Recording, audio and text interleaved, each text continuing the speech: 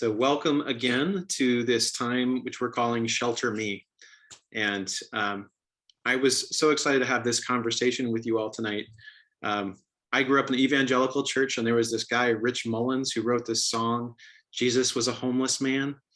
And that hit me a long time ago and still sits with me. I'm also inspired by scriptures that say that God is our shelter and strength and our refuge and strength, and thinking about what that actually means in practice as we try to stand in solidarity, be in solidarity with our houseless neighbors. So we're going to invite you to say these because there's so much experience across our conference through our individual churches. We're inviting a few folks to share and talk about three questions. Sort of what's going well, what's something that in this area you feel is really something worth sharing. What's an area that's maybe an area for growth? And what's one area where you're feeling maybe to call to experiment or try something new? And we're inviting you to try to maybe keep it like 10 minutes tops as you share. But I know some folks have brought some photos, and there's so many different ways to be in solidarity and support. My hope is that that we'll each see something that we're doing well, and see something that inspires us and ignites our imagination, and also just helps us deepen our understanding. So thank you all for being here. And if I'll go first as maybe sort of a model to talk about Hillsboro and sort of some of the work that has happened here.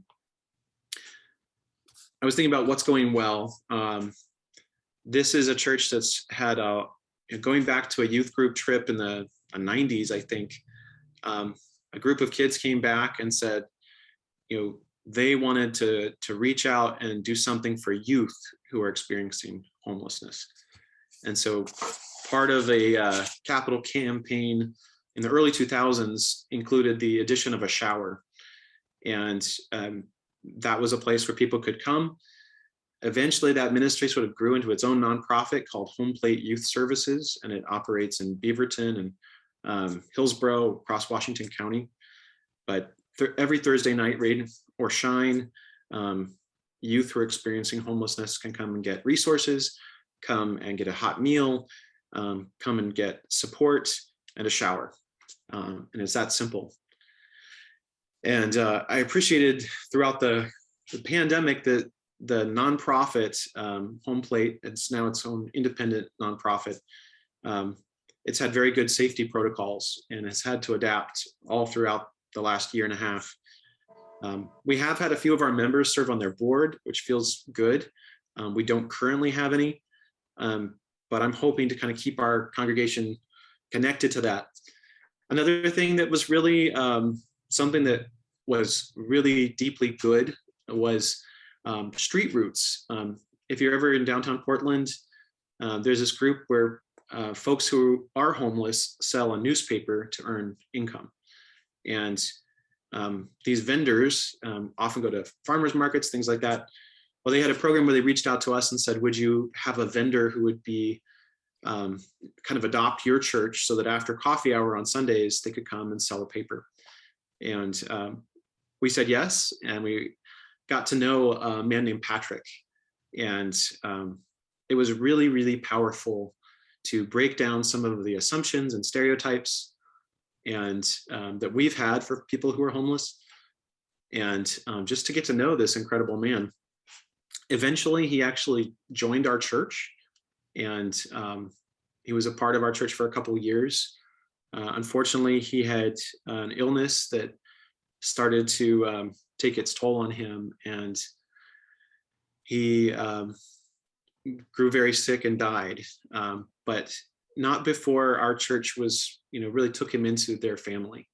And our members visited him when he was sick in the hospital, and I visited with him, and he became a part of our church, and we built deep relationships.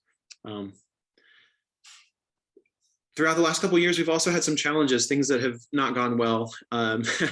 We used to serve as an overflow shelter during the winter.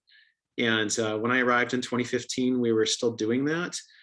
But then we found out that the city was unaware that we were acting as a shelter, and we hadn't gotten appropriate permits to do that. And when the fire department looked at our building, we just didn't have enough egress in the spaces we were using. And so we had to stop offering overflow shelter space. It also affected our partnership with Family Promise. For many years, we'd had a relationship with Family Promise of Washington County because there were men's shelters and there were women's shelters, but no shelters where families could stay together. Family Promise really served a really important function. But it was honestly, it was growing increasingly challenging to find volunteers who could do that, who could come and do the setup, come and do the meals, come and be a host overnight. It was a really wonderful model in that it kept us connected to people. It wasn't something that other people do over there. It was our members doing it. And but we sort of pivoted a little bit, and we were able to partner with a local church that's a disciples church, and in partnership with volunteers from the Unitarian Universalist Church, we also kept that program going for another year and a half. The pandemic was the thing that sort of the straw that broke the camel's back, and we weren't able to continue on with Family Promise. The pandemic closed the Family Promise house here in Hillsboro, and they ended up using that for a program called Project Homeless Connect. And that day house became a shelter for a time period during the pandemic. During that time, the city also stepped up. They realized that there was more that they needed to do. And we did some advocacy there with the city, talking about what the needs for a shelter in Washington County where there isn't one. And we also learned about what some of the school system, the school district has got programs. There were something like 3,000 homeless youth in our school district. And that was a fact we didn't understand or know, and broke our hearts. But recently through Project Turnkey, there's been a lot of funds available, particularly to support people who are unhoused and have had COVID or have COVID. So they've worked with a number of motels and hotels in our area to open up basically shelters. And very recently, they've created a safe camp on the south side of our town, about 2 miles south of us. And as far as the question of, what we want to try, I think one of the things we want to try is to partner more with the folks there at the safe camp. And we've experimented with a little bit of mutual aid, going and talking to folks there and asking what they need, trying to respond to their needs as best we can. We were asked by Project Homeless Connect to be a shelter for 30 beds. And that was an ask that we really wanted to say yes to, but we don't think we have the capacity to. It would pretty much, rule out any other programs that we have. And that was something we wrestled with. But we're feeling, called to try more relation-based kind of work around the safe camp that is here. And in that work, we've learned, that even that safe camp we're not sure it's going to be there much longer. It might be a few more weeks before it's closed. And so we've had to pivot a lot in the last year and a half, and we've felt like we've lost a lot of that direct connection with folks we were helping or folks we were building relationships with. We haven't gotten another vendor from Street Roots yet, but we're also not gathering in our building yet. So a lot of challenges, but also I think some things that have piqued our interest. And so those are just some of the ways that our church has responded. I'd like to invite Tara, if you're willing to share some of the ways that Bridgeport is responding now. I would love to hear some more. Sure thing. Thanks, Adam. I'm going to share our new project and kind of how we got into doing this new project. And then I want to show you some pictures. So I'll need to share screen for a PowerPoint at that point. We have a similar story with the Street Roots vendor that we had come to the church that really became part of the community. He's still part of the community, although he's not selling Street Roots anymore. His name is Echo. And Echo has a number of challenges medically and with mental health issues that he's very open about, and has been part of our community in lots of different ways for several years now. And I kept feeling like Echo was here to show us something. And I think that Echo's presence in our community, we've had relationships with other people experiencing houselessness, but he helped us to reframe both how we talk about houselessness and also what the problem really is. Because up until now, I think we've largely looked at it as, some sort of project that we could go out and do. We could make a meal, we could donate some money, and then we just come back into the status quo of how we gather, of our family lives, and et cetera. And what we realized is that the people that are sleeping outside in our community are our community members, that they're all part of the community. And, I think about how so much of Jesus's ministry was about restoration to community. And so being part of community is as important as housing. It's as important as food and access to appropriate medical care.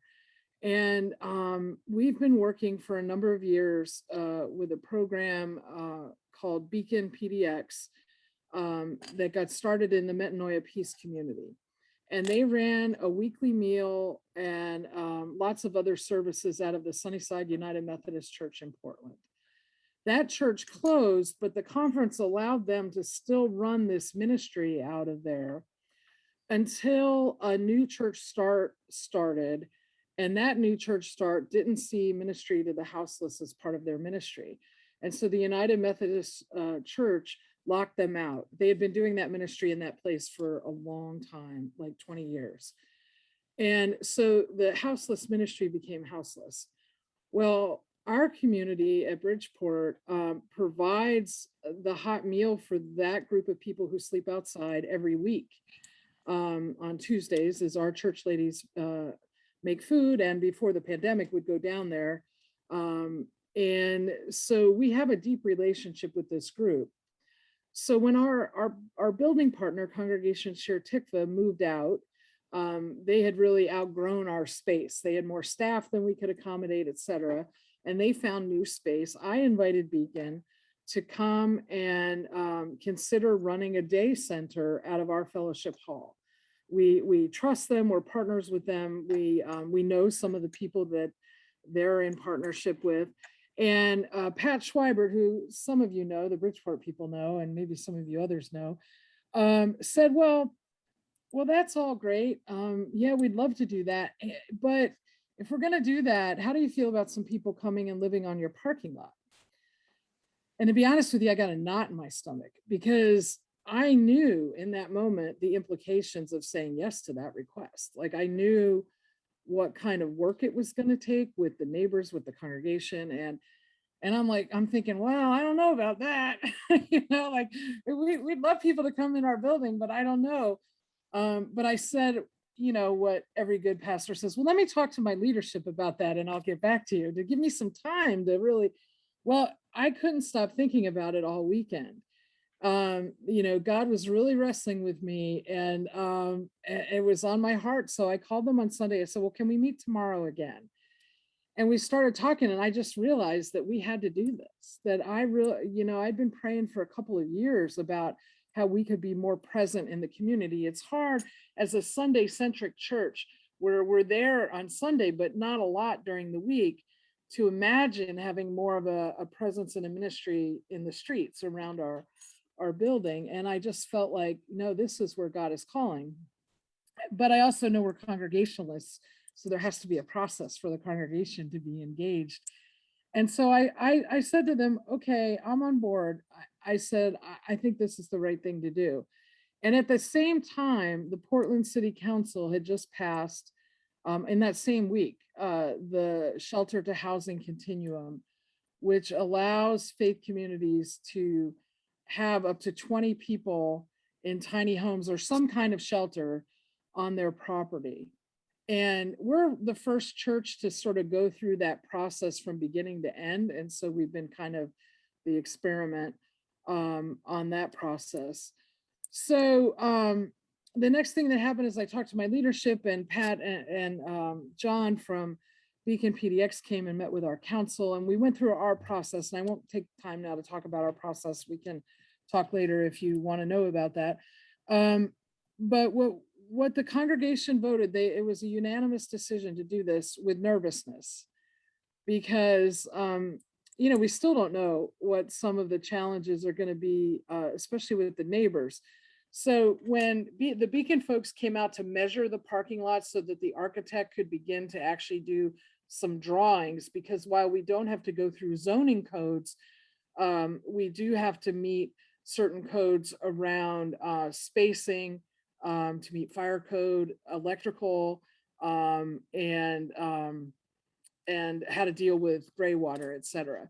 So we said yes, and to building 10 micro homes on the northwest quadrant of our parking lot. And in a minute, I'll show you the drawings.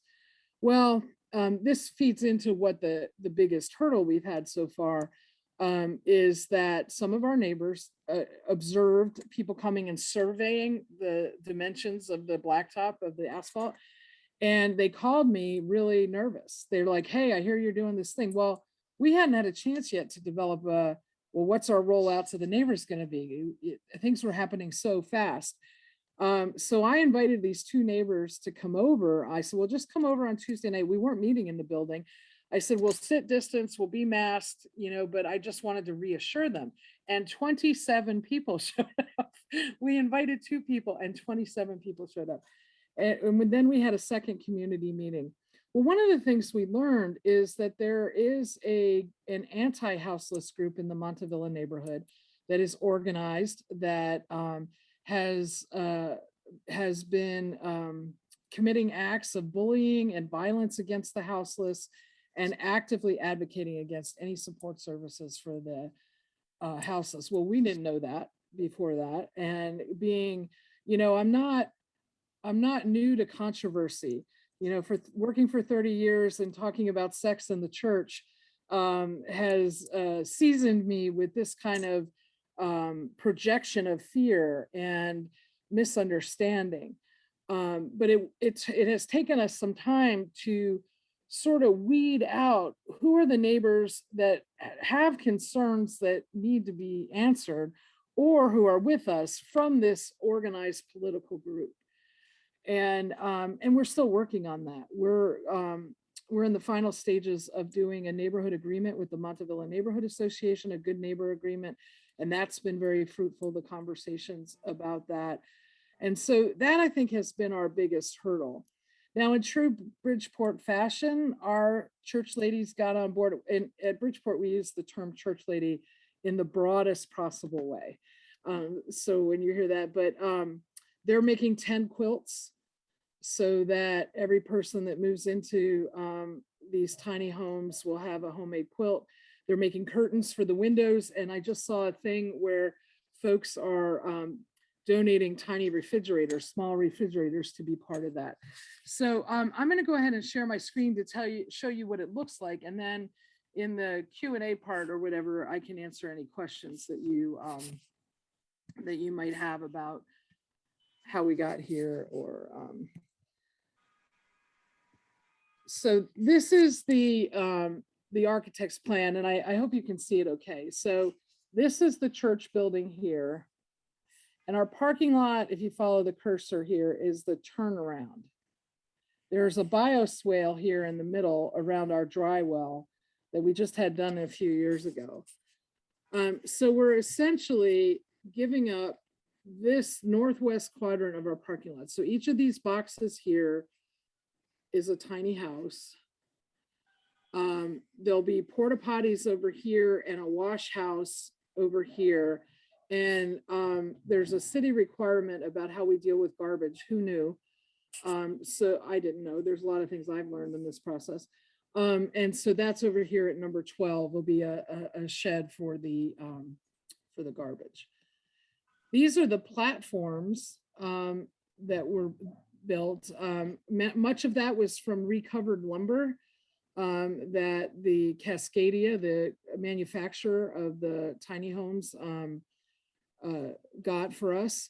All of the homes will be ADA accessible. So there's a ramp that will go up to each of these platforms. And again, you can see this is the northwest corner of our property, and the church follows this hedge line here. So that was in that stages. I sent this to the congregation when this was all happening. Hey, there's a forklift in my parking spot. Now, this is how these tiny houses arrive. They arrive in these flat sheets, and you can see them putting them together right there in the parking lot. The day that we did this was very moving, actually. My partner, Jen Garrison Brownell, was there with me, and there was such great energy around what this project means and what it's doing. It was very moving to witness these people who are, most of the guys in the vests are volunteers and who are so committed to making a difference. And then this is what the side looks like along the building.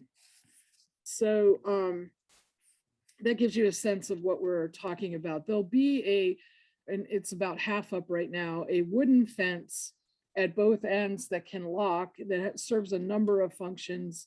It keeps folks feeling safe, but several of the people that have been selected to live there have pets, and so they can be off leash inside the village.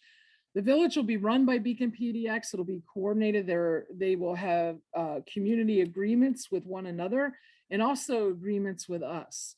Our goal is to be in relationship with the community in whatever way makes sense. Some of that will be the tending to the property that we all live on, that we're all part of, and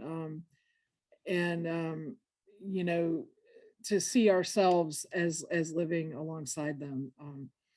So it's very exciting and daunting. It's taken our ministry in some ways in a whole new direction. My hope is, you know, when we get to the question and answer time, we can talk more, is that we can change the conversation around houselessness. Part of what these community meetings made really clear to us is the misconceptions that people have about what the problem really is. There's a lot of discussion about blue tarps, but there's not a discussion about affordable housing, and people don't understand readily always what the problem really is.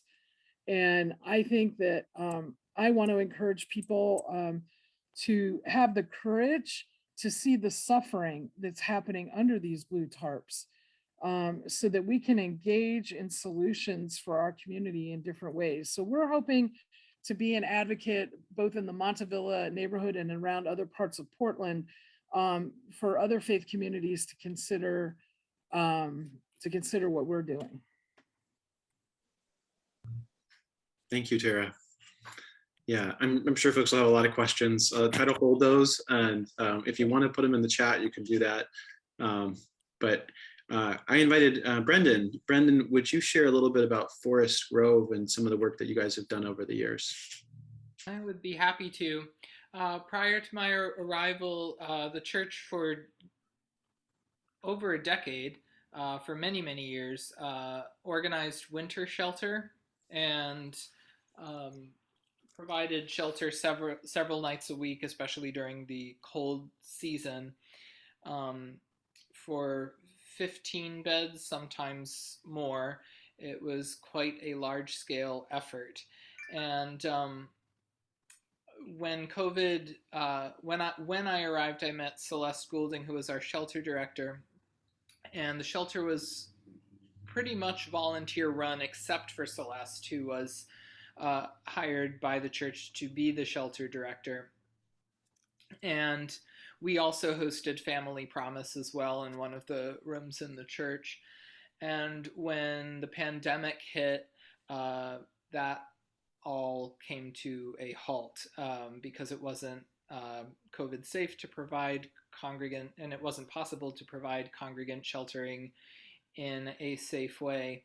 And so in thinking about that, we might think, well, what's going well? How could anything be going well if it all just stopped? But actually, quite a lot is going well. In the year since shelter closed, it really seemed to, well, I don't really know what was going on before in the realm of advocacy because I wasn't here before, but it seemed to, what I gathered is that it seemed to exacerbate and empower a lot of organizing that had been in the works in the realm of advocating for and pushing for permanent supported housing initiatives, because that was the safe way to house people during the pandemic, was put people in houses. So all the people who were, so our shelter director and a network of community leaders responding to houselessness in this part of Western Washington County applied for a community impact grant, and the community impact grant funded permanent supported housing initiatives. And I am told by Celeste, who is the shelter director, that all the people who were using our shelter are now permanently housed. So that's amazing. I got a call towards the end of the summer from Brian Schimmel, who coordinates a lot of the homelessness response around here. And it was a request from the county to see if our church would be willing to host a shelter 7 nights a week. Which is not realistic for us to really for us to do. And so I want to talk about a possible area of growth, because this segues well into where I feel where it seems there's area for growth. And actually, just yesterday, Celeste came to speak at our church during the reflection time to inform the congregation of the transition that happened. Because we as a church have been providing shelter, and it's really been kind of our church's main mission for a very long time, and now shelter's over, and we're still in a limbo kind of bardo place with the pandemic. So there's a sense of what next now in terms of our solidarity with the houseless. And I appreciate that word solidarity, because that also speaks to kind of the direction I feel that we're headed in. I am told by all of the key players out here who've been the people on the ground providing services and advocating and applying for the grants and doing all of the organizing, that they do not want us to continue to provide shelter. And that is, it's counterintuitive. It sounds strange to hear that with my ears. And yesterday in the reflection time, we in introducing Celeste, we shared that we lifted up the parable of the rich man and the poor man and talked about how our shelter effort was our effort to bridge the gap, that chasm that we place, that imaginary chasm we place between ourselves and people who are unhoused. And the county is relying on us as Christians to be good, guilty church people who don't want to be like the rich man in the parable of the rich man and the poor man. And it will be effective for us to stonewall the county and not provide shelter. And the reason for that is because our providing shelter on a volunteer basis allows the county to say, well, churches are responding to this, so it's solved, it's done. And what we were capable of providing was a very small, charitable, band-aid solution to the problem, to the crisis of houselessness. And that's from the mouths of the people who started Winter Shelter at my church and have been pouring their energy and their hearts into that work for years and years. And so, in terms of areas for growth, I think we're in an exciting place of moving from charity to solidarity. And what solidarity looks like is putting pressure on the county to come up with comprehensive and permanent solutions to houselessness that acknowledge the fact that in the United States, this richest country, one of the richest countries in the world, there are more empty houses than there are people. There's enough money to house everybody. There is no need for anyone to be unhoused. There's enough food and housing and resources to go around for everyone, and we all deserve those things. You don't have to prove your right to be housed. And so I think that we can continue to put our advocacy efforts into permanent supported housing. In terms of transitional housing initiatives, I think we also want to continue to put pressure on the county to fund things like transitional housing, like pod villages that are dignified and actually provide transitional housing for many people. Tara, that project is really awesome. And because also with congregant model emergency sheltering, we had to turn people away again and again and again. It does not address the breadth of the problem. I'm excited, and I imagine going forward that Forest Grove UCC can function sort of like a community center right in the heart of town. Celeste Goulding, who was our shelter director, is now the director for Second Home. And I'm on the board of Home Plate Youth Services that started in Adams Church. And and currently Second Home and Home Plate are going to be setting up, are going to be operating out of one of our classrooms during the week, and I know it's their hope to develop that space into a youth drop-in center. And so I feel like that we will try to grow and foster community partnerships like that are with organizations that have more resources and ability to also respond to the problem in a thorough way, because volunteerism is great, but we need funding and more broad funding and resources to meet the level of need. So those are those, and also another thing that has occurred to us in terms of how we move forward. Several members of my congregation are currently participating in the sacred organizing cohort put together by Together Lab, Interfaith Movement for Immigrant Justice, and the Levin community.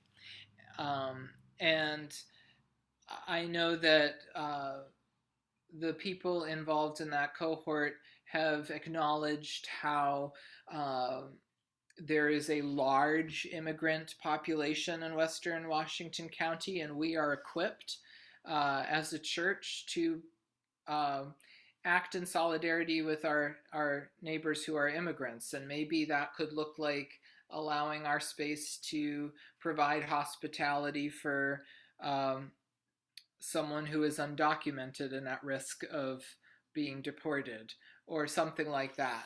We're envisioning, in the space that has been created by not providing winter shelter, we're now in a phase of imagining dynamic ways we can continue to move again solidarity and move from charity into solidarity, and so it's a hopeful time. It's a hopeful time. Thank you, Brennan. Thank you. Yeah.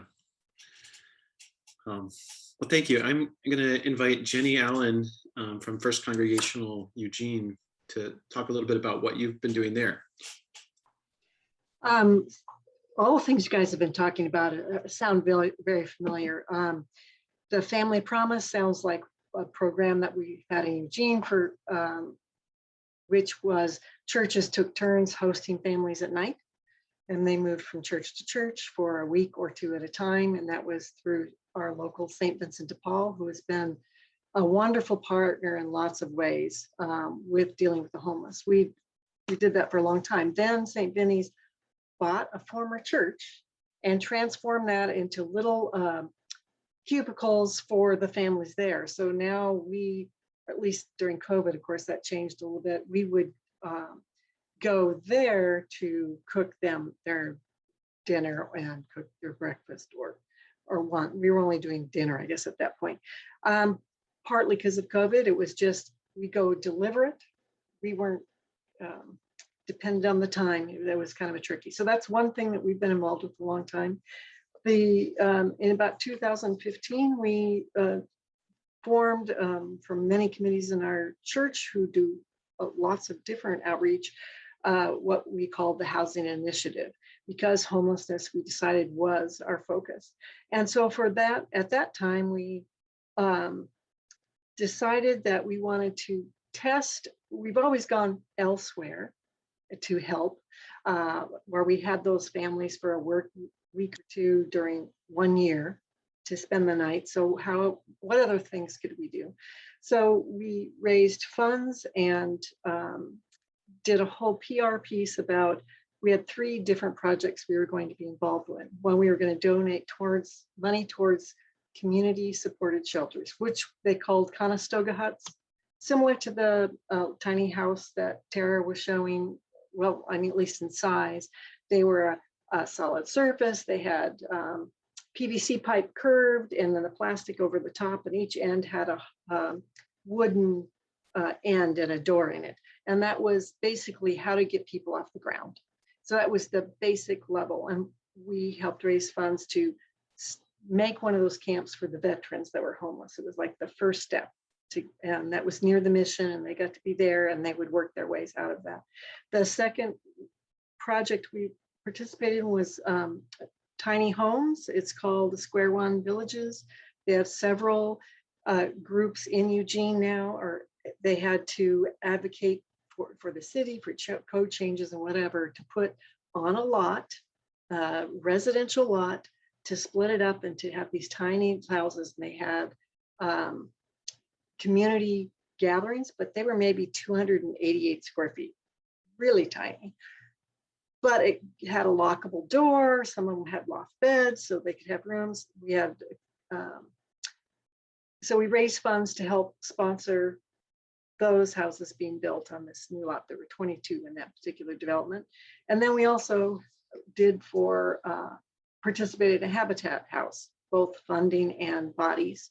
So the whole PR piece was, you choose congregation, what's important to you? Because that's kind of what we wanted to know. Do you want to really get people off the ground? Do you want to have some potential little house to have control and they'd be paying rent and getting equity, or a permanent house for one family? That was kind of the gist. How much money? Where can you go?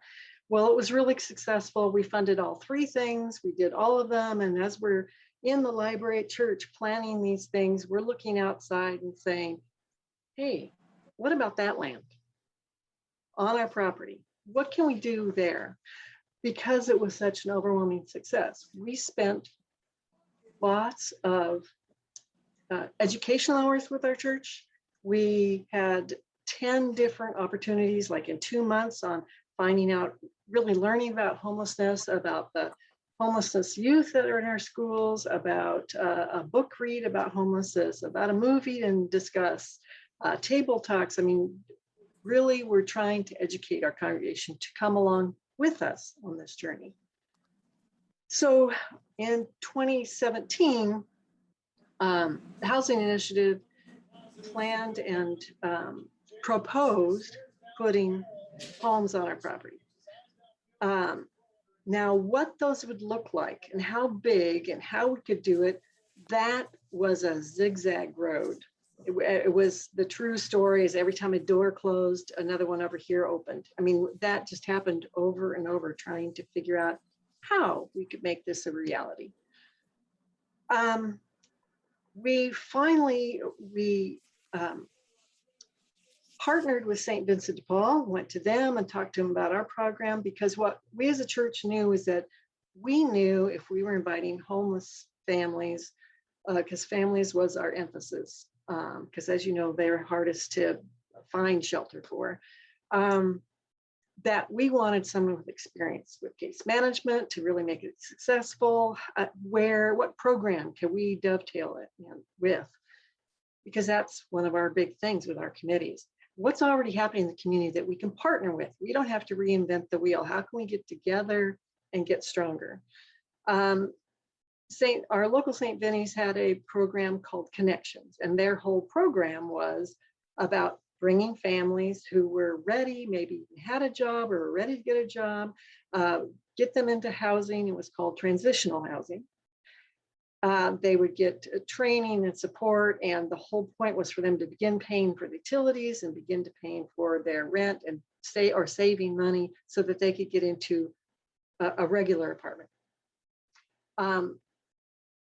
So finally, it was Terry McDonald, who's the CEO of the local St. Vinny's, he said, well, if you guys can figure out how to legally put them on lot, because we're only going to do it legally because we wanted other churches to follow. We've had some churches in town have put little tiny homes behind their church, but it's not actually permitted maybe. So this, Terry McDonald said, well, if you figure out how to do it, we'll provide 2 manufactured homes. They will, if we'll provide the infrastructure, they'll park 2 manufactured homes on our property. And I think part of that is if they still retain ownership, they need ownership to be able to get grants for their program. So we then went down this winding road of trying to get codes changed. We advocated, I think I went to every housing planning commission in Eugene, and we went to city council, and we were talking to the planning directors and trying to figure out what it would take to have this happen. We then really lobbied with lots of the faith communities in town, had many come and different groups come and testify at the city council meetings with us, had neighborhood groups come and testify for us. It was a great advocacy, and what we ended up doing was being able to change the code, zoning, the land use code actually, to specify that for religious places of worship on their land, we could have more than one, we could have 2 homes of for low income housing. So it was very specific, and it had and because it was very specific, the counselors could go for it. And part of the funny thing that we found out is researching, well, our property's on R1, and we have more than one lot in our church. Our church is actually more than one lot, so we thought we could take one of them, and that would be residential. And in the codes in Eugene at that time had rules for 1 house, or had rules for 3 or more. So like the big, you have to get a PUD, and you have to have this huge infrastructure to have lots of homes, but nowhere did it mention 2 homes. So that was one of the things ways we got in, I guess, is because getting between the lines, they realized they could have up to 2 homes on faith properties. So that did pass. We did get permission We fundraised. What we had to do was put a whole new parking lot, and then those would be, the houses would be there, run power, sewer to the houses to hook up. And for all of that, just the parking lot for the 2 manufactured homes, grass in between, and all the infrastructure was $160,000. So that was a surprise. But what our plan is that, okay, these families, it's transitional housing, there'll be 1 family in each of these homes, that they will be, the families will be there up to 2 years. When we started this process, that's what the rule was. And then they move on. And if they have a deadline, they do much better. As far as how they have to get their own act together with help from their caseworkers and stuff. So that we knew that in 10 years, we would have helped quite a few more people than just 2 families, because some move out faster, some don't. So that's how we succeeded, to great surprise to everybody, actually, including ourselves at some point, but we kept at it. So we were planning to go. So that's been our success. It is a struggle, though, with the homes themselves, only in that the Connections program at St. Vincent, those people had always been just an apartment in an apartment complex. So they're anonymous. You know, they're in this, they don't stand out. We're 2 homes in this big grassy area next to a park and our church, the only thing on this block. So they stand out, and I think they felt very isolated, those 2 families. So it's been a little bit of a struggle for them and for St. Vincent's to really figure out how to work with them. And I think at this point, we might have to dovetail with another one of their programs. This level are too fragile, I think, to feel like they're just left out there by themselves. It doesn't, to us, we're in the middle of this community and there's a very vibrant neighborhood, but for them, it felt isolating and set off some triggers that we weren't aware of. So we're still working on that, but we're working with St. Vinny's to move on. We did get those, let's see, I think it was Tara, those mini houses like you had. Well, our county had bought a bunch and then we're asking people or businesses or churches to host them. And we hosted 3 on our upper parking lot, thinking, great, we can get these in first before, I think that was before our other houses even got up and running. But the problem with them wasn't the families or anything they could plug into electricity, is that they were on asphalt and there was no shade. And this last summer, it was so hot and we had a new mom with a new baby and we ended up putting her in a hotel because it was just not humane for them to be in those white buildings that got too hot. So our pastor found another place that was under on someone else's property, another church's property, that they could be placed under trees and have some shelter so they wouldn't be quite baked so much. So that was our, didn't quite work as well as we wanted. But overall, now we're just trying to figure out with COVID kind of interrupting things, exactly where we go or where we stand. When we were working on the housing initiative, the project to try and find the houses, one of our team members did a Google search for all and made a copy of the photograph on Google of each church property he could find that had, each church that had extra property, he thought, and put them pasted them all on these 8.5 by 11 sheets, and then just made an orange circle on this empty land that all these churches had. And that was part of the visual testimony. He just unrolled it and it was probably 11 feet long and showed the potential for the other faith communities to also be able to house some housing. I think that probably is good. You can let me know if you have questions later, because there's lots of details, obviously, as long as you know. Thank you, Jenny, and thank you for that image of all of that land around our churches. That is both convicting and very inspiring.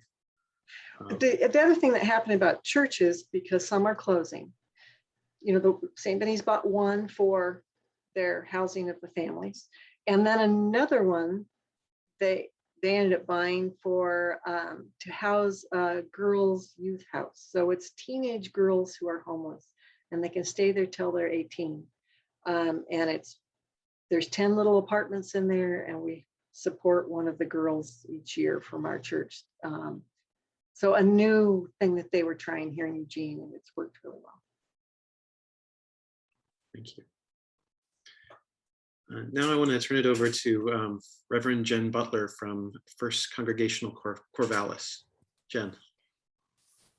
Thanks, Adam. It's so interesting and so good to hear what is happening throughout the conference and what you're all engaged in. I'm grateful for your sharing. I am always, it feels awkward to me to tell this story when Alita is in the room, whenever she's in the room, because she's the real activist and advocate in our community and has been for so long. A lot of what has happened over the last 3 years at the Congregational Church in Corvallis is because Alita laid a lot of foundational groundwork in her own way for so many years. I'm not sure, I was going to share my screen, but I think I won't. I think I'll just try to talk quickly and give you an overview of what happened for us 3 years ago. Summer of 2019, Corvallis was clearing homeless camps. As you're probably all aware of, happens in your communities as well. And our property butts up against a 100-acre tree farm that's been left alone for many years, ever since it was planted. And it has historically been a site of encampments. And this summer in 2019, as it was actually the county was clearing that site, we became aware that folks were in dire need of just sanitation. They needed a place to go to the bathroom. They needed a dumpster, things like that. And so we put a couple of those porta potties and a dumpster in our parking lot. We'd done that off and on over the course of the past 20 years. And then one Sunday, someone came to church in the morning and told us that someone had been arrested for sleeping on our front porch that night. It was a trespassing arrest. And we got curious, why would that happen? And so I communicated with law enforcement, and law enforcement, just said, well, we figured that's what you would want us to do. And we said, no, we don't want anyone to be in trouble for sleeping on church property. And then as they were continuing their sweep of that 100 acres, what we think happened, no one will confirm it, but we think law enforcement told campers, well, get as close as you can to the Congregational Church. If you get on their property, we can't do anything about it. So one day I came to work in the morning, and there were between 25 and 30 people camped on our property. And we own a tiny, tiny strip, just a couple acres of that forested land, which the church bought several years ago as a buffer to protect themselves from whatever development might happen on that tree farm when eventually it was sold and developed. So all of these people and all of these really unattractive tents just showed up on our property, and the church, this is not something I was interested in doing, was not something that I figured that it was downtown Corvallis where this activity was always going to take place. It's a tiny community. We are out kind of in the boonies. I figured we were pretty safe. But when about 30 people end up on your property asking for shelter with literally nowhere to go, it looks pretty shitty if you try to turn them away. So we didn't. We just figured out how to continue to shelter them. And we had to go battle pretty fiercely with both the city and the county. Because we're in a weird jurisdictional space, we relied upon RLUIPA, and we're very lucky to have RLUIPA is a federal law that protects religious institutions sheltering persons on their property. We had a land use attorney in the congregation, just a complete blessing to have her, because every attorney we talked to said this is going to be a $200,000 court case. But our congregant did it. You know, she didn't do anything. She didn't officially represent us. She was just savvy. And she told us what we needed to do to jump through the hoops. And with Alita's leadership and prompting, we were just aggressive and assertive, and we didn't back down. And so many people from the conference supported us in making this, changing zoning codes, changing ordinances in the county, which allowed us to safely shelter up to 23 bodies in whatever way we chose to. We've transitioned from tents into micro shelters, which look like tiny houses. They're not quite the pallet shelter construction. They look like tiny houses, but they're very basic and very small. We have 18 of those on our space. We can shelter up to 23 persons in those. And over the since 2019, we've partnered with other congregations. So other congregations in Corvallis, we've changed restrictions around what can happen in parking lots. So there are other congregations that have these shelters in their parking lots and in their property. We have a village model. We're also working with an evangelical congregation in Corvallis now to do the second installation of a village model.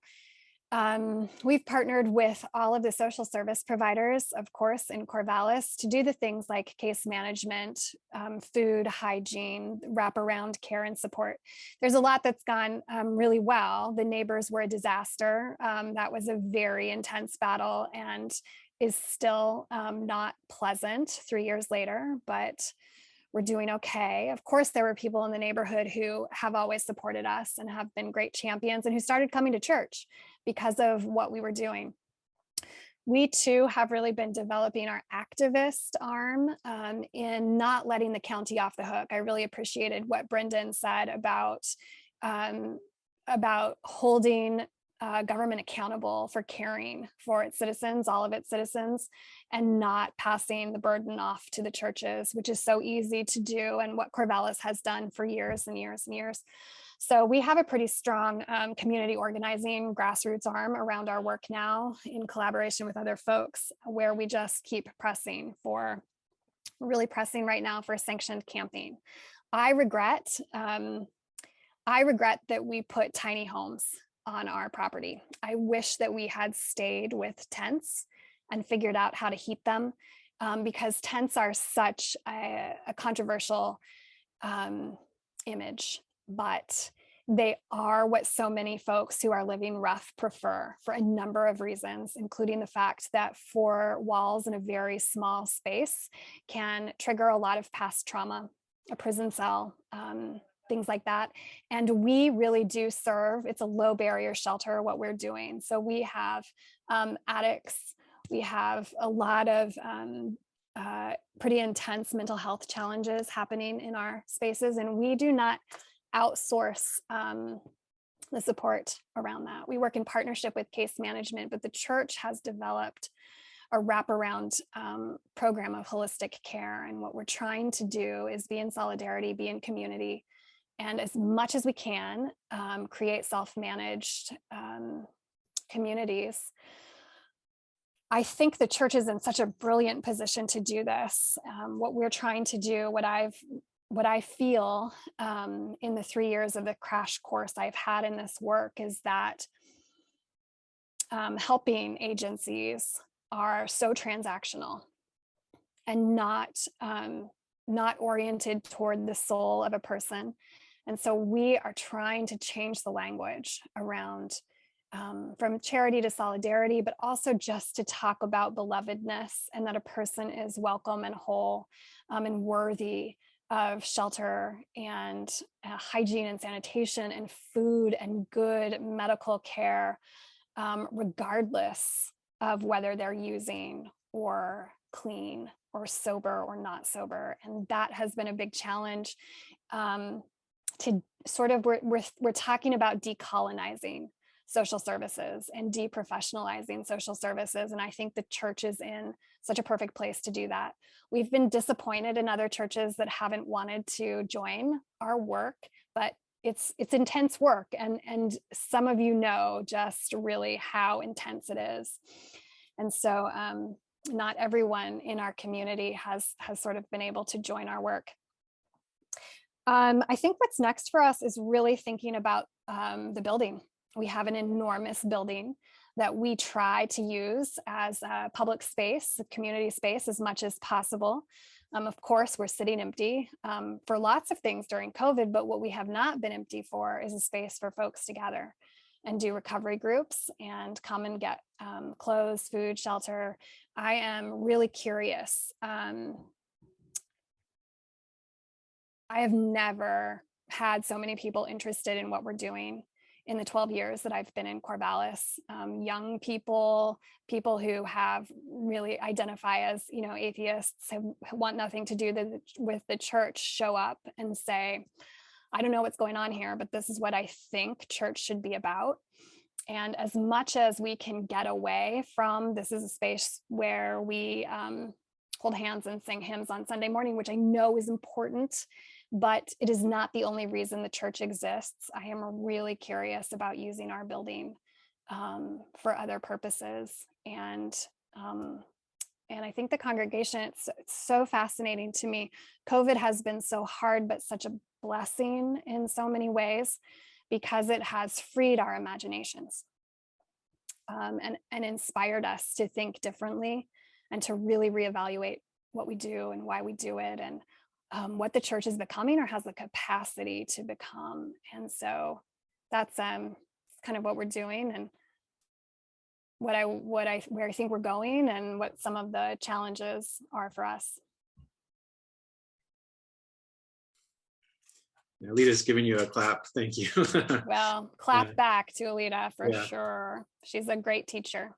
There is so much wisdom and experience and also inspiration in this conversation together. Thank you, each of you, for joining in. Are there others who want to share about their local context, something that they feel? I'll put those questions in the chat, but are there others who feel like they just want to offer anything else before we go into a Q&A? Okay, then, hearing none. Are there questions that you have, concerns? And I know that the hour will be getting on, so if you need to pop off, go ahead. But I'm sure that there are some questions bubbling up. I appreciate, Rob.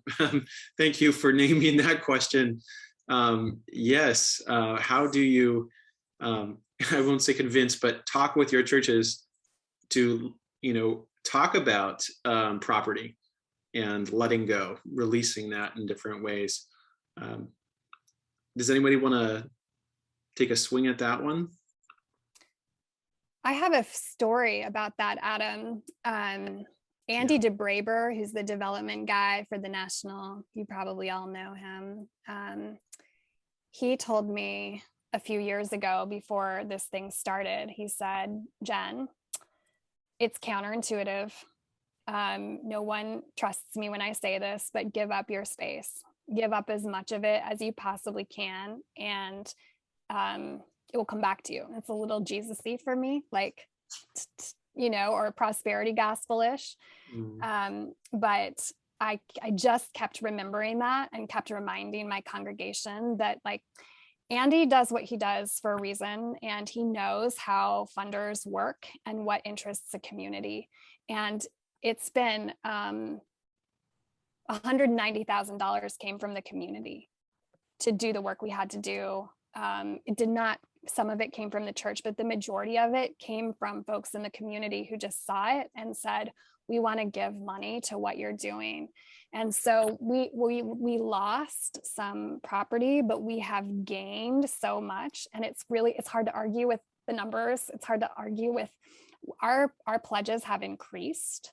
We have hired more staff. It's just really remember him telling me that and trusting that wisdom.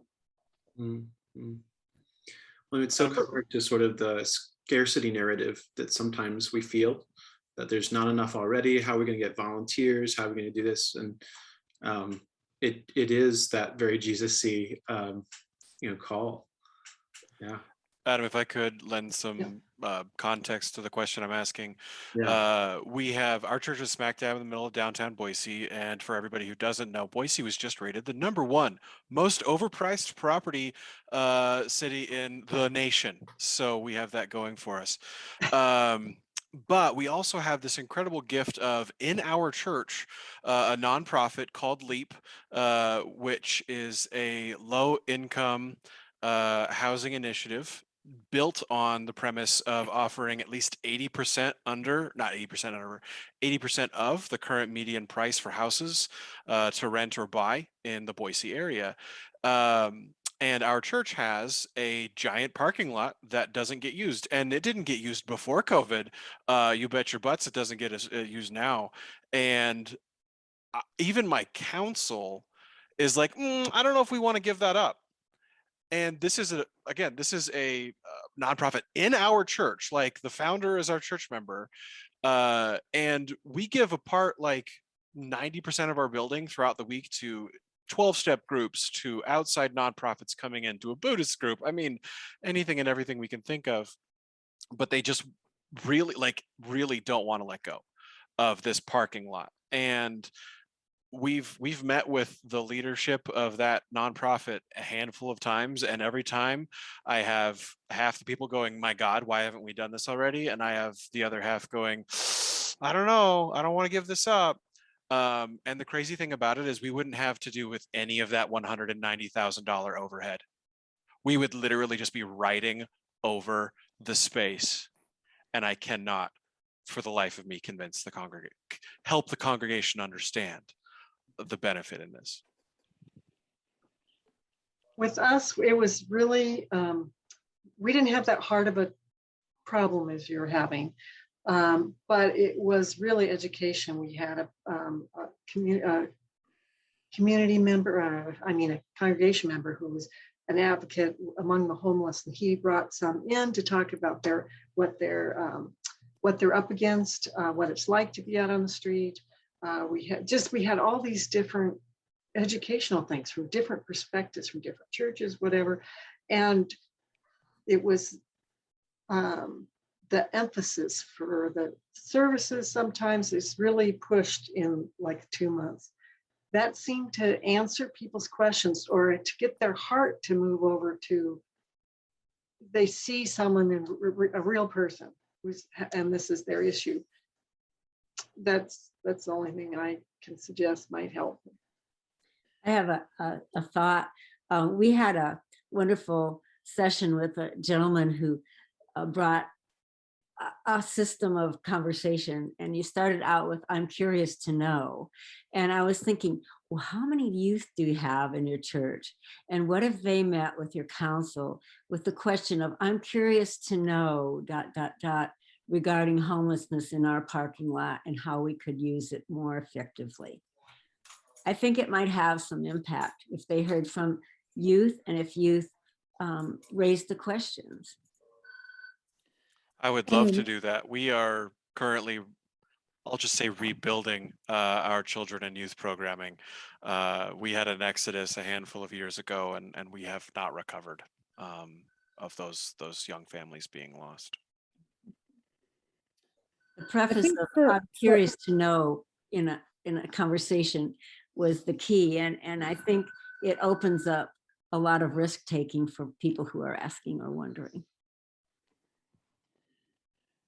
I think for us at Bridgeport, and some of the folks that have been in that conversation are here, and feel free to chime in. But our church is only 23 years old, and so we don't have the challenge of, something's been a certain way for 50 years, but it's always been like that.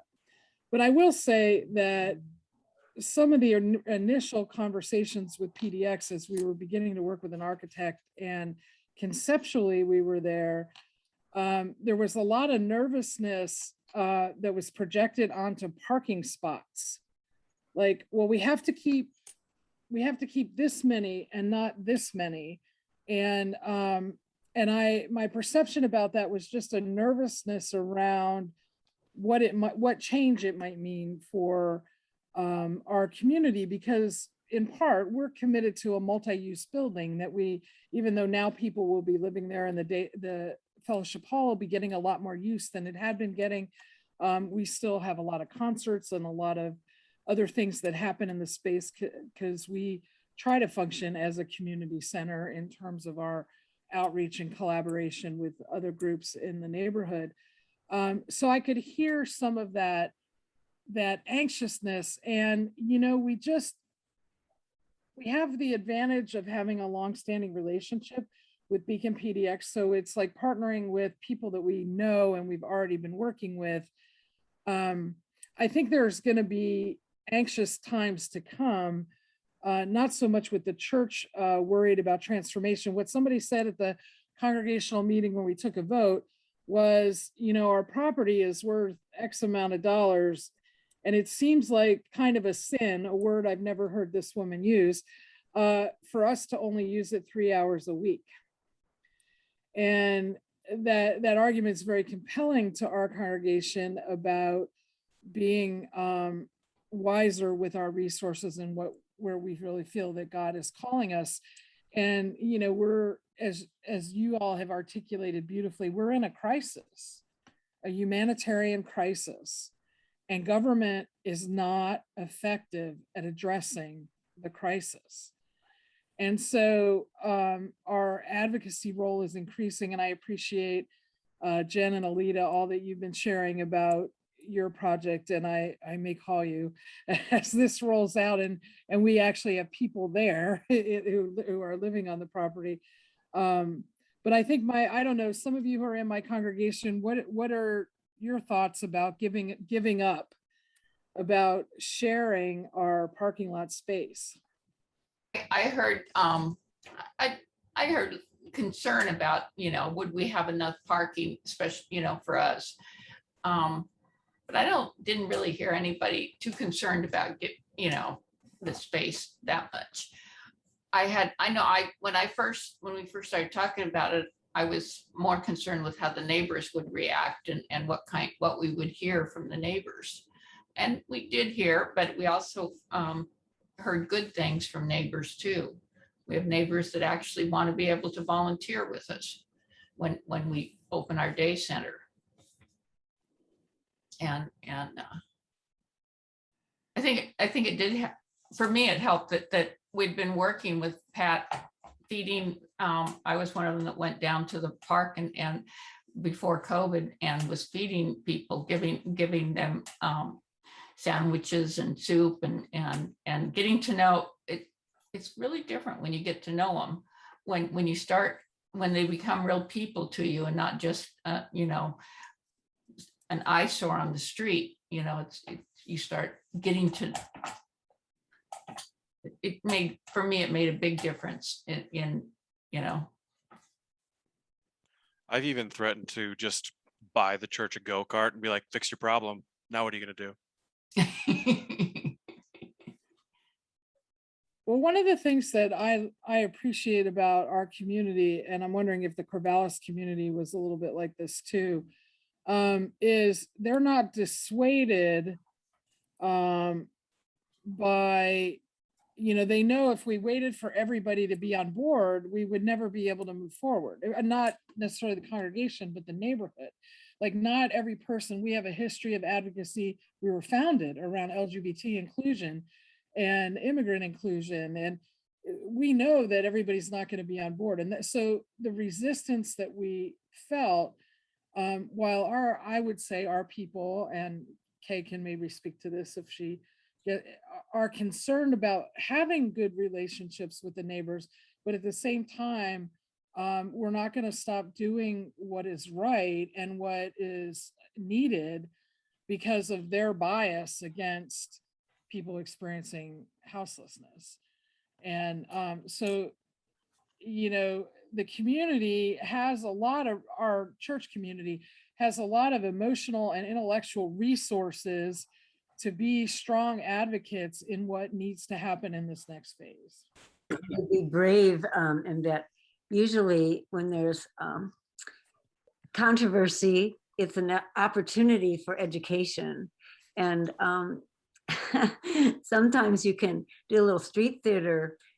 We had some fun in the park not too long ago, thanks to Jen and some other folks. We tried to make the concept that the Ninth Court ruling about just providing a place to sleep was nice, but it was very unrealistic. So we parked, how many tents, Jen? 24 tents in Central Park, and spent the whole 24 hours there, and got a little coverage, but made a point that, you know, this is what you're asking people to accept as good enough. And our bottom line was to educate them that it wasn't good enough, that we need to stop the sweeps. We have to find places for people to go. If you're going to ticket somebody, you have to really think about how realistic your answer is. And you have to partner with other agencies. And that's what we did to pull off our street theater. And it was a lot of fun, actually.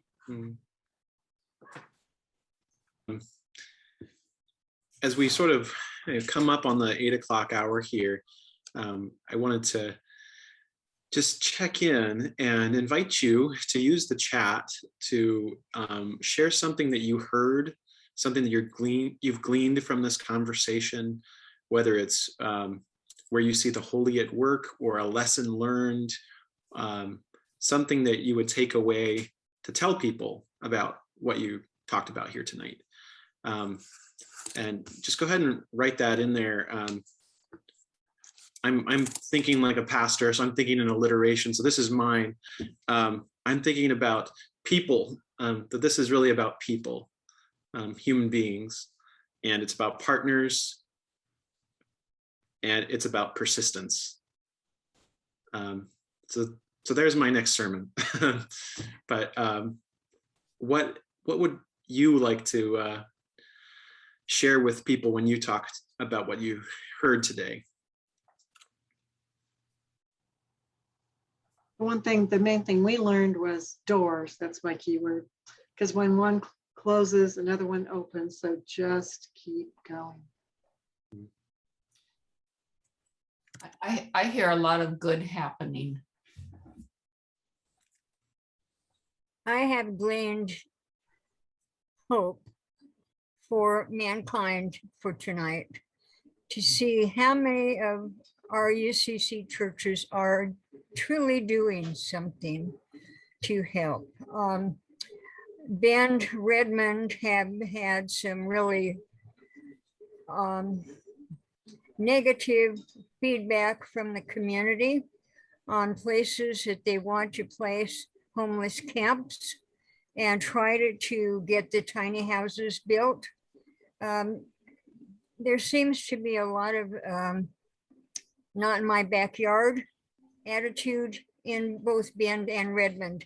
In fact, Redmond City Council just overturned funding to try and pursue the homeless situation, which I found appalling. I don't live in Redmond. I live at Crooked River Ranch, and we're more of a rural community, many seniors, but there are some families, but we don't have the homeless problem here.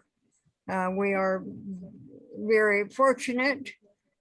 We do have Meals on Wheels people and food shortages mainly, rather than housing. But tonight you just gave me hope that there can be solutions from our church members. Our little church, we have been trying to help out Warm Springs Reservation with food and water. They had a terrible time this summer with their water problems, pipes bursting, and the infrastructure so old and not really taken care of. So that's what we're trying to do. And we also have a group of knitters that contribute to the warming shelters, hats and scarves and mittens and so forth. So we're doing a little bit that we can do with our small little group. But yeah, you gave me hope. Thank you so much. Thank you, Fran. Tara, I am so happy to hear from you.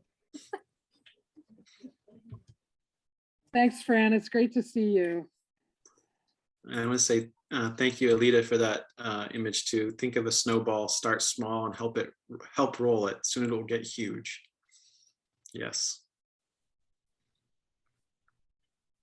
And Jeff shared, the phrase "charity to solidarity" is inspiring and inspired by all your stories today. I hear a lot of, even in Portland, the not in my backyard. I mean, when you talk to neighbors, nobody wants to have houseless people living down the street from them. And people go, well, they need to just get jobs. And I always say, well, how do you get a job when you can't get a bath? How do you get a job when you're hungry? You got to start with housing. You got to house people before they can, make changes. I think actually something that I'm becoming more and more convinced of is it's not even that. It's you have to love people first, or simultaneously, right? The roof isn't enough. It has to be like, I see you. Mhm. You are loved and beloved. And that, whether it's a tent or a Conestoga hut or a pallet shelter or a tiny house, that's transformative. But these people are not, we do not even recognize them as humans. It's such a tragedy. And we're seeing that in Corvallis with COVID-19, the way that the county and the city are not responding to what is a public health crisis in the COVID numbers among this community. And the only way that I can make sense of that is that we do not actually count them as human beings. I was really shocked, Jen, that when we listened, especially to this Montevilla Initiative group, the anti-group, they were less worried about, we kind of got them on board with the village having this sort of coordinated tiny home village. They didn't want us to feed people. They were upset that we would be opening our doors during the day where people can do their laundry and take a shower and have access to 12-step programs and mental health resources and have a meal. They were more concerned about us feeding people. And I was shocked by that. Houselessness has not been on the top of the list of my advocacy work in the last 30 years. I've been doing other work. And so maybe that doesn't shock some of you, but I was really appalled that the notion that a church feeding people because they were worried that then we'd be bringing in hundreds of people from who knows what walk of life to be feeding them. And the fear and the projection, I was shocked by. That's new to me.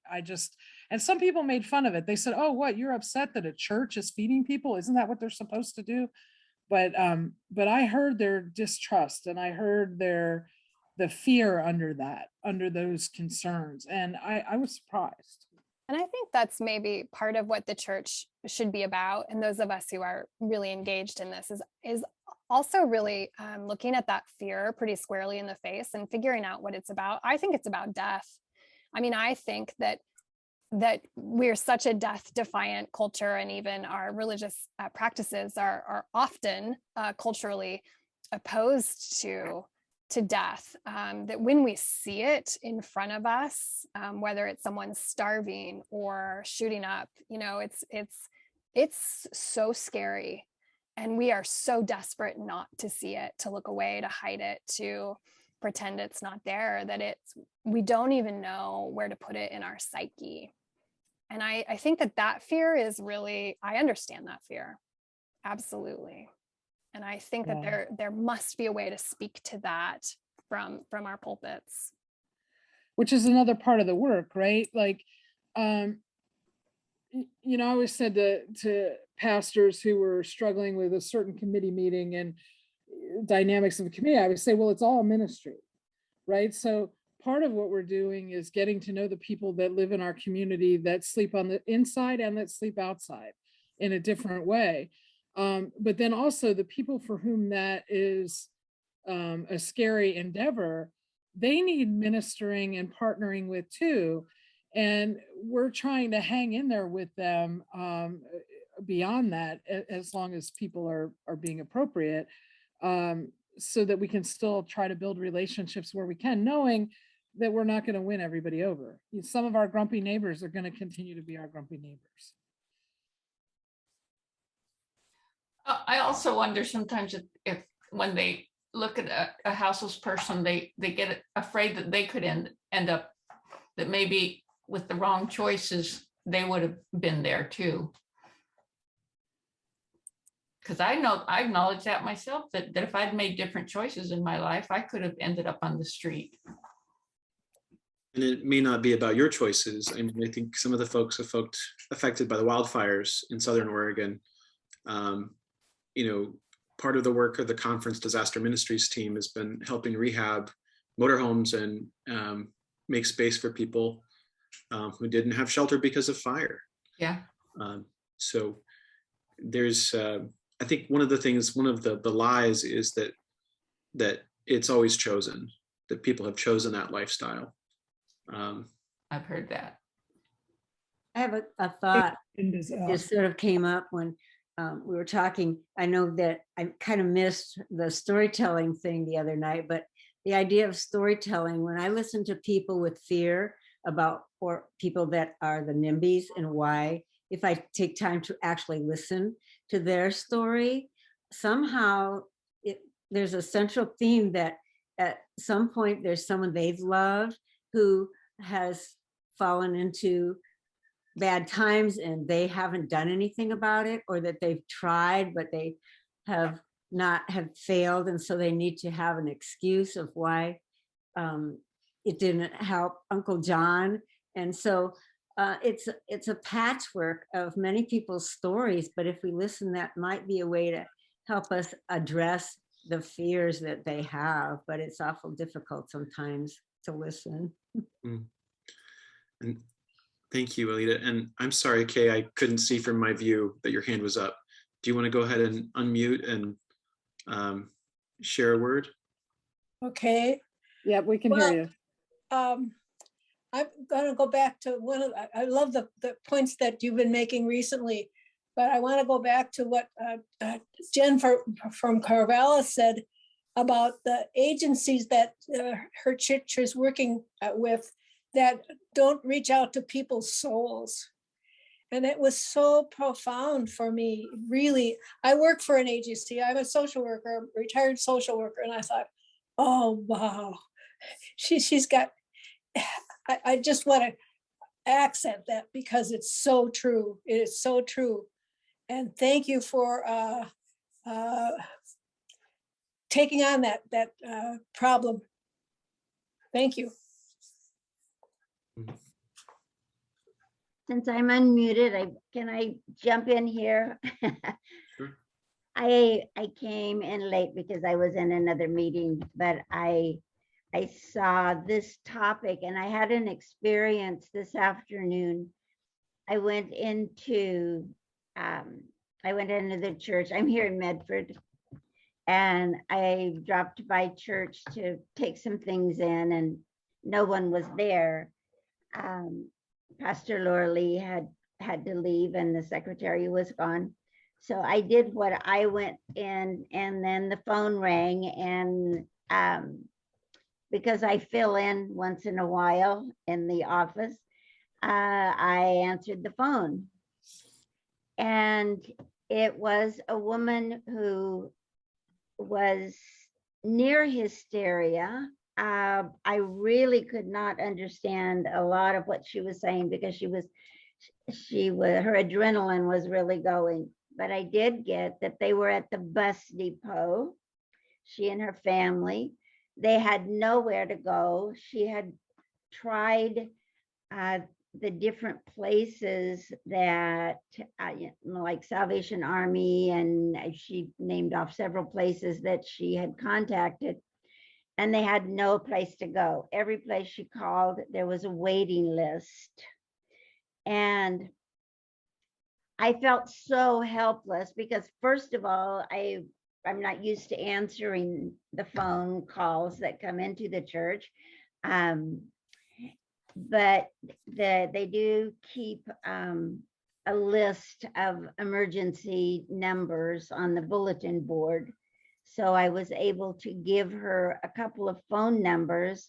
And of course, each one that I gave her, she said, well, she'd already been told that there was a waiting list in order to stay there. But it left me feeling so helpless. I mean, I gave her a number in Ashland. I gave her the numbers in Medford. And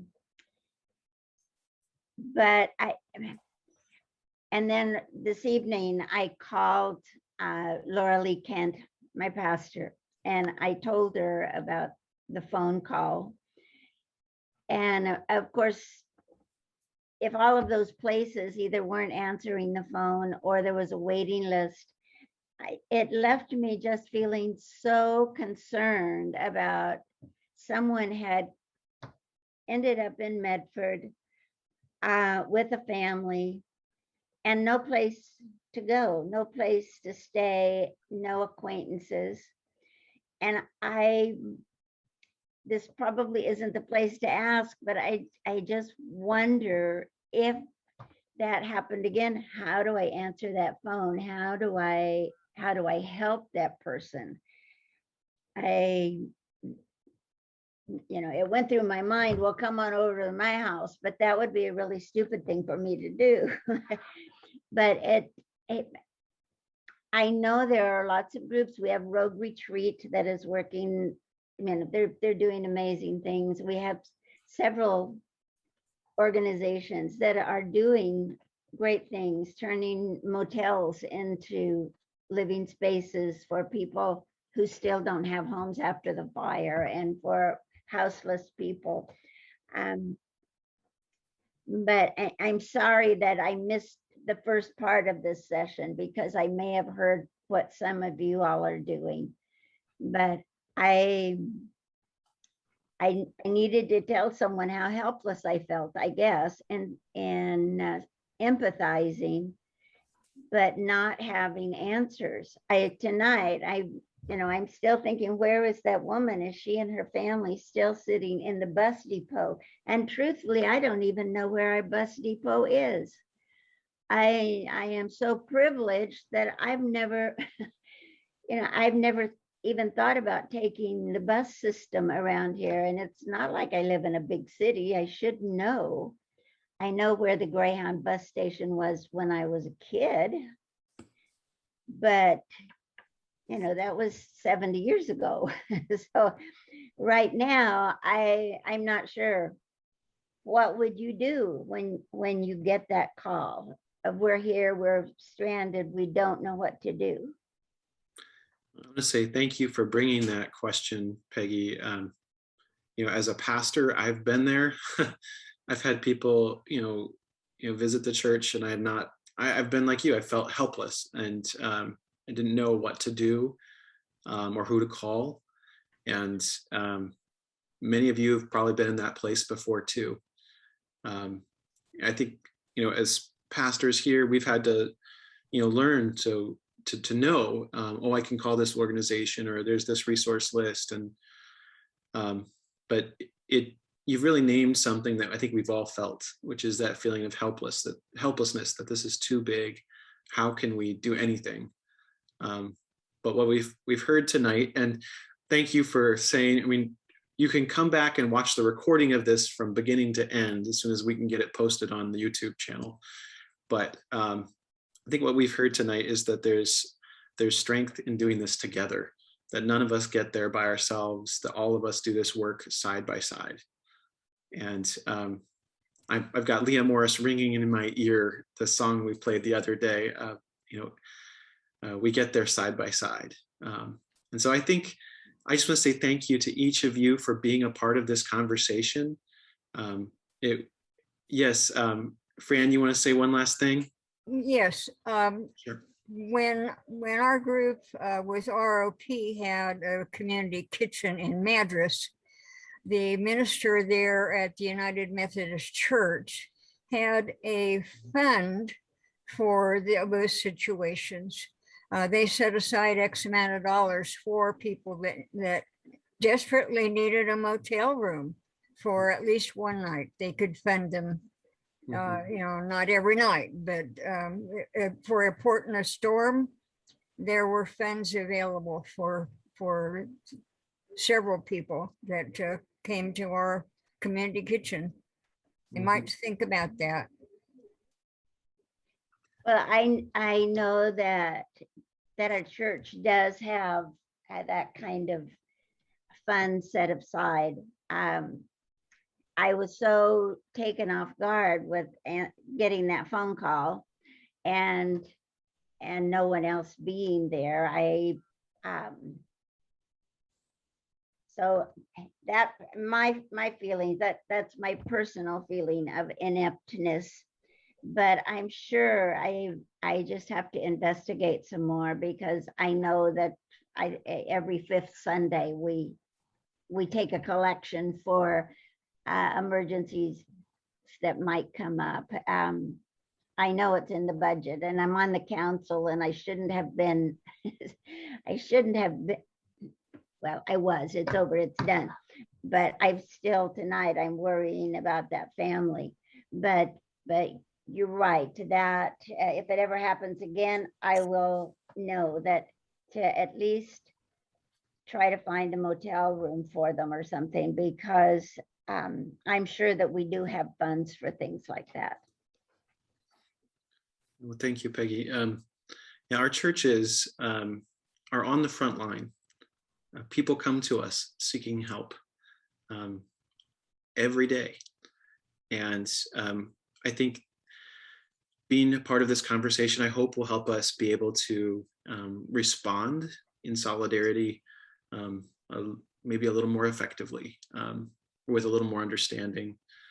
But I want to wrap up. If I could close us in prayer, would that be all right?